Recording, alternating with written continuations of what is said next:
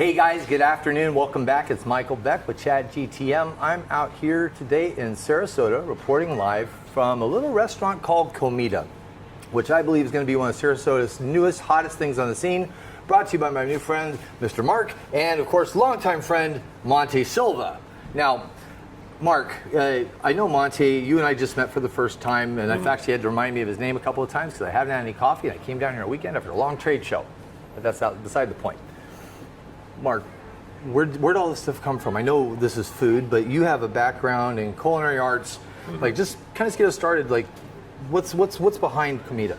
What's your food and flavor? So, Comida was kind of born out of the idea that a lot of Latin food, particularly Southern Mexico, Central American food, particularly in the United States, isn't very good. And it's not like you threw down a challenge there. Yeah, and not to listen. There are a lot of chefs doing great, but but the average, when you walk into the average, it's kind of it's not very good. It's and real Latin American, Mexican, Spanish food is very bright, vibrant, and alive, and you just don't see that a lot. Yeah, and so that's kind of where this was born out of. I love those flavors.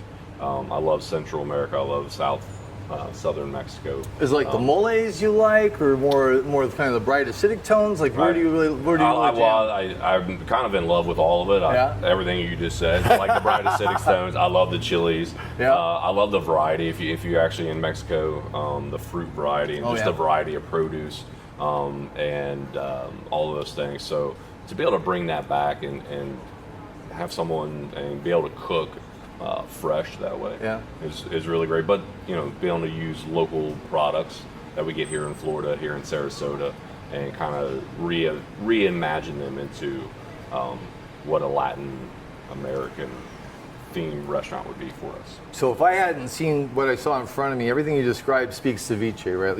You have fresh fish coming from the ocean right here, right? Fresh fruit and tropical ingredients you can get locally. This has got to really spell out. So what's on the menu here? Well, we have some guacamole with a fire roasted tomato pico. Okay. So, and then our blue corn and white corn tortillas. Now, the great thing about this blue corn and white corn is it's glyphosate free, which is huge. It's chemical free, it's organic, and it's a rare varietal that almost was extinct. And the type of maize? Yeah, type of corn, almost extinct. So so we were able to find it, order it, import it, which is really good. And it makes the flavor of the tortilla is just something you've just never ever had. You guys see me eyeballing this stuff here now. I've never even had the flavor of that corn before. So it's like a blue bolita. So, really fresh. So the idea also behind the restaurant was to design most of the dishes that you see here are vegan or vegetarian, or can be made very easily into that, unless it's specifically a fish dish, or specifically New York strip, which we have on the menu, a filet coming on. Unless it's specifically a meat dish, all the sauces and everything is vegan, vegetarian. And the reason I like that is I love cooking with different amounts of produce, and I just think also that the vegan, vegetarian restaurants are kind of lacking just in general. Yeah, people need some more options. Yeah, and me being primarily a vegetarian, slight vegan, when I go out to eat, I end up with a plate of grilled vegetables. Right. And it's like, why can't we? Yeah, you're kind of getting dust off the kids' table from a culinary aspect, right?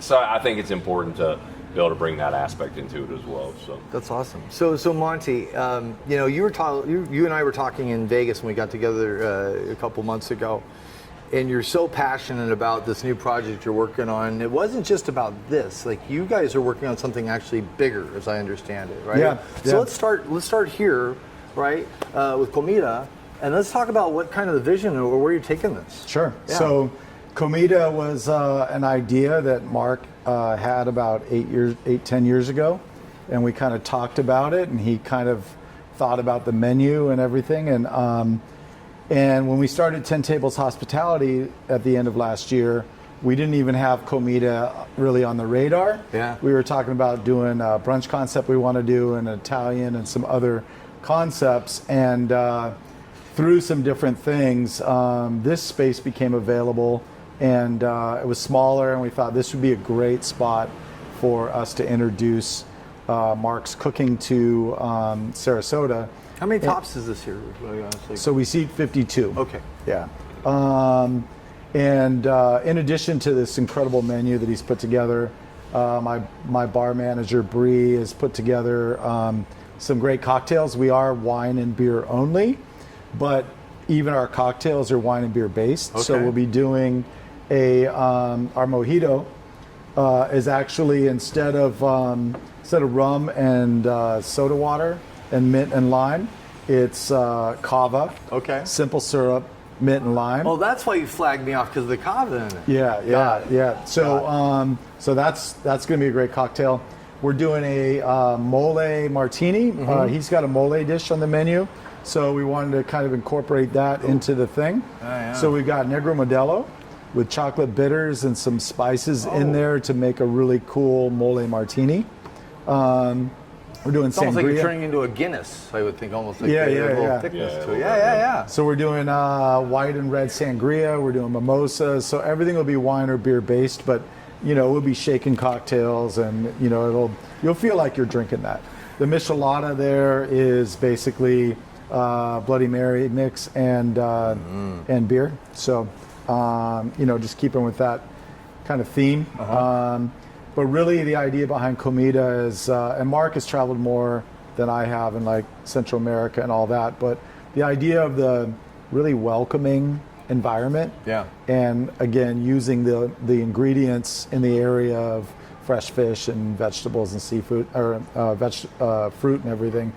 We wanted to kind of create this kind of neighborhood vibe that's not pretentious or stuffy. Well, I love that you have the big roll top open doors. It goes this way, right? Yep. It Yeah, goes that's down. really cool. Yeah, people just come on in. Yeah. And we've added some burnt orange and teal into the room to kind of add some cool fun vibe to it. We don't want it to be, we don't take ourselves too serious when it comes to certain things or be pretentious or snooty. So we want to be able to just really provide elevated experience in a fun and friendly environment. We care about every guest experience. We really want to, you and I talked a lot about transformational hospitality. Absolutely. And we want to take the word transaction out of what we do and create real human connection. So, and I love that. Thinking about there's some economics you shared with me on how you're going about this, right? That you guys are really looking at this as this is a stepping stone to some other locations you're going to make that may be completely different or maybe the same depending on, I guess, the attributes of the locations you find. Is that right? Yeah, so we do have a few concepts, like our brunch concept, that would be stamped out several times, depending on that particular restaurant is made for reproduction. And made to go in different markets. And I think we've put together a really unique brunch concept that focuses on a very unique French toast that you just don't see anywhere. It took me, about 3 or 4 months to actually develop it, Really? bring it into production. So Please say there's King's Hawaiian in there somewhere. It's an overnight. yeah, it takes 24 hours to make. So long soak. Yeah. So, So that concept. We also have a taco concept. Okay. That's kind of a fast casual. That's also made to kind of stamp out. But outside of that, the rest of them, what we're hoping is the individuality of the restaurant or the restaurants, and they're fitting into a neighborhood. Like even when we originally were going to do, before even Comida, when we first looked at this space, we said Mediterranean, and we kind of wanted to do this Mediterranean steakhouse. We did market research, figured out that there's about 13 or 14 Italian Mediterraneans around us. So there you got a little bit there around is here. no Latin American, or very, very small amount. And so that's what we said, well, 8 years ago we designed Comida.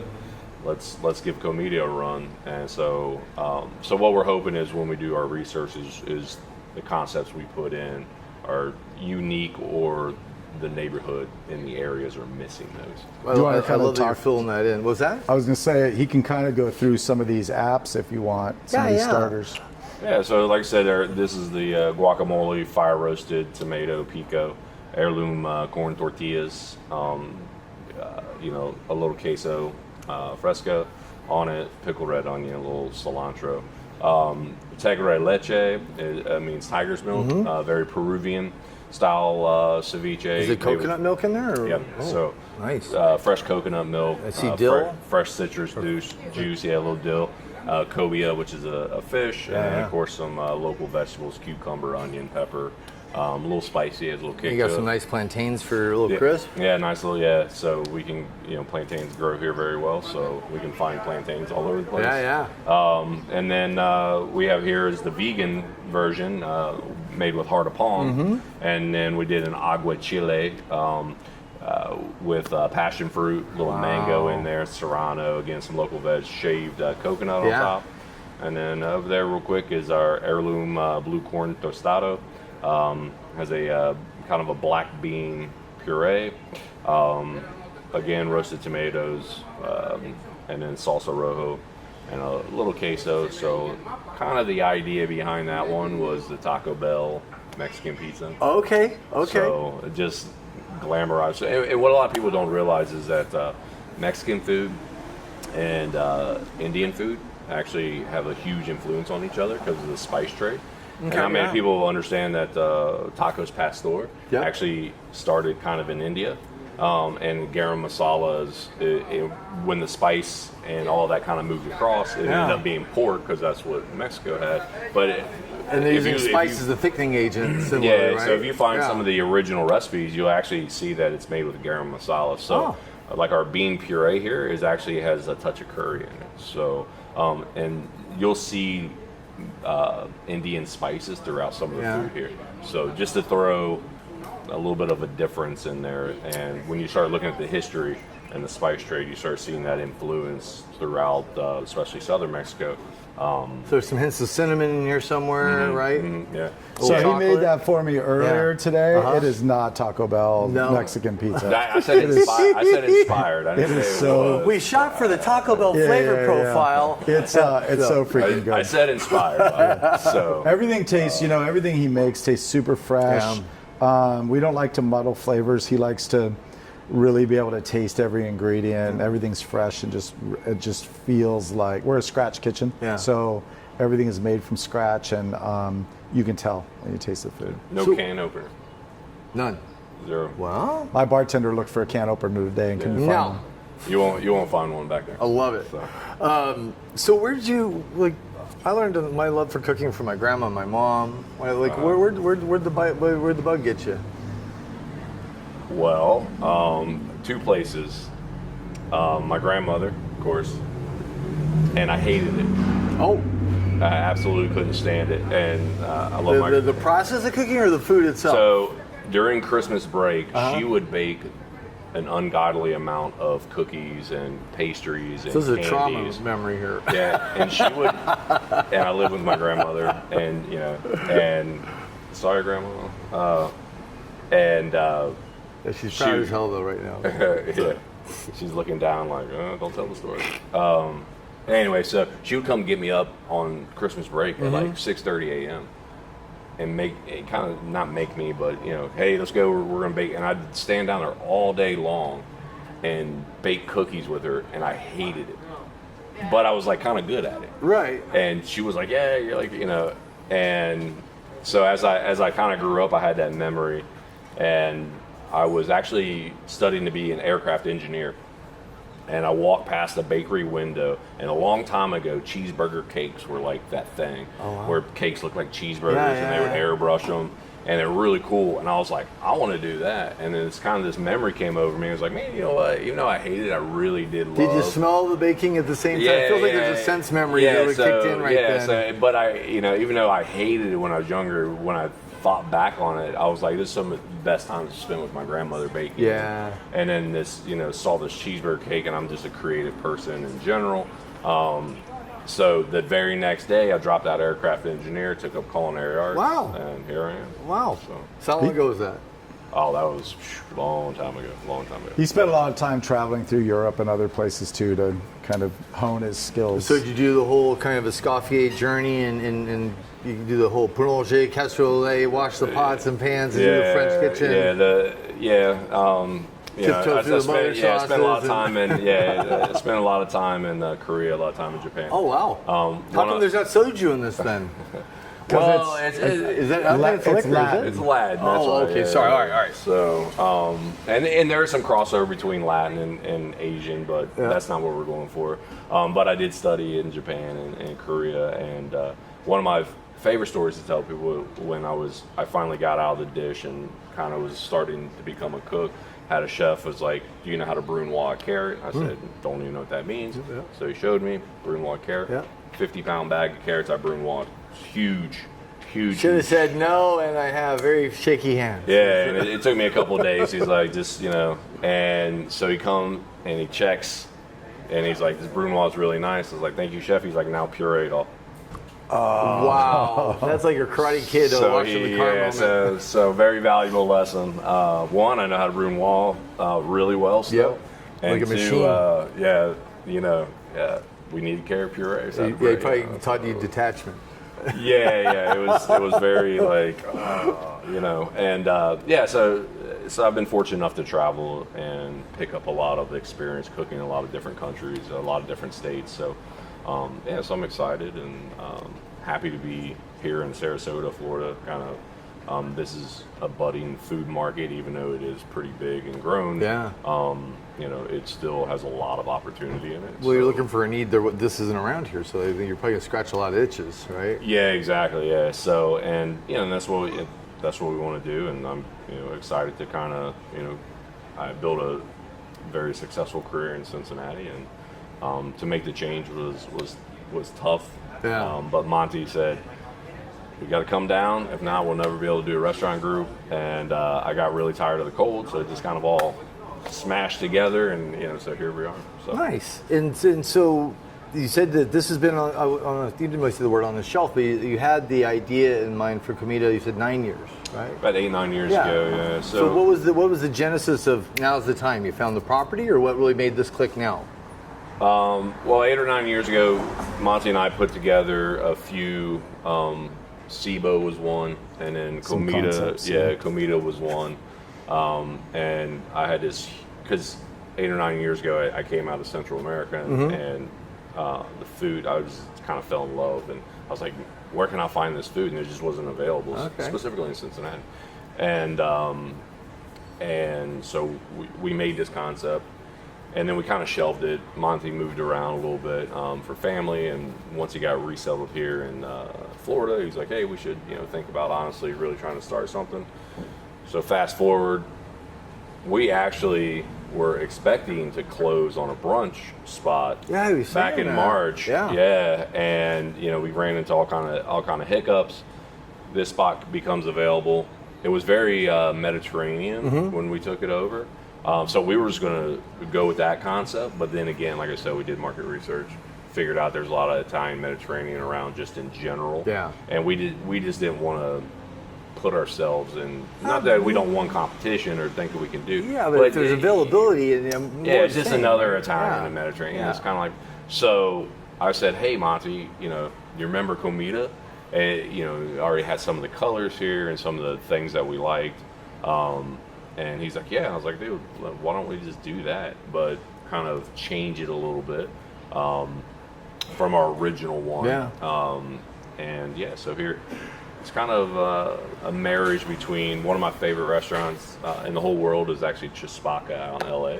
Okay. And so that's kind of not necessarily what we're shooting for. That's kind of the inspiration for Comida. It's kind of a Chispaca, but Latin. So. Very cool. So it wasn't just a business decision, because to Mark's point, we could open up a Mediterranean or an Italian restaurant and do just fine. Right. But we really want to entrench ourselves in the community.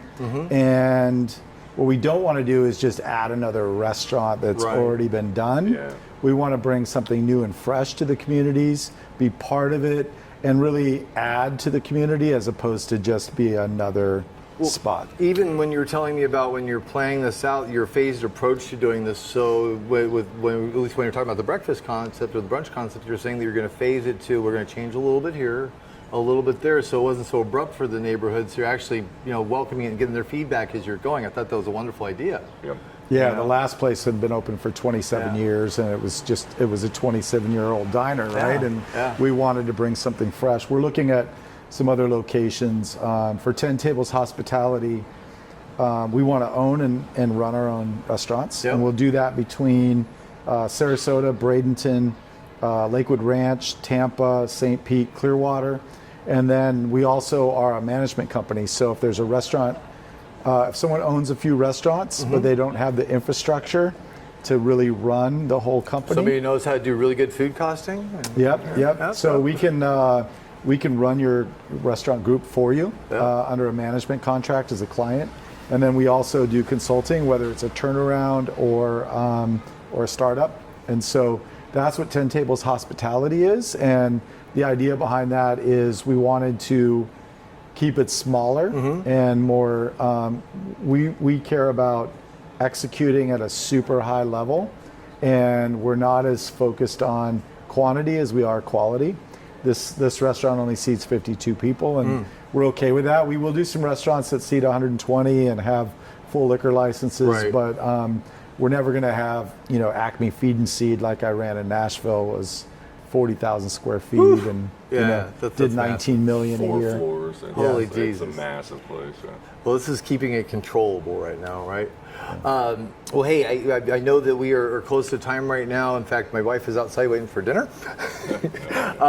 And we are also planning to come back here when Monte has their grand opening. And so we can't wait to show you all of this food that we're talking about firsthand as we get to try all this deliciousness.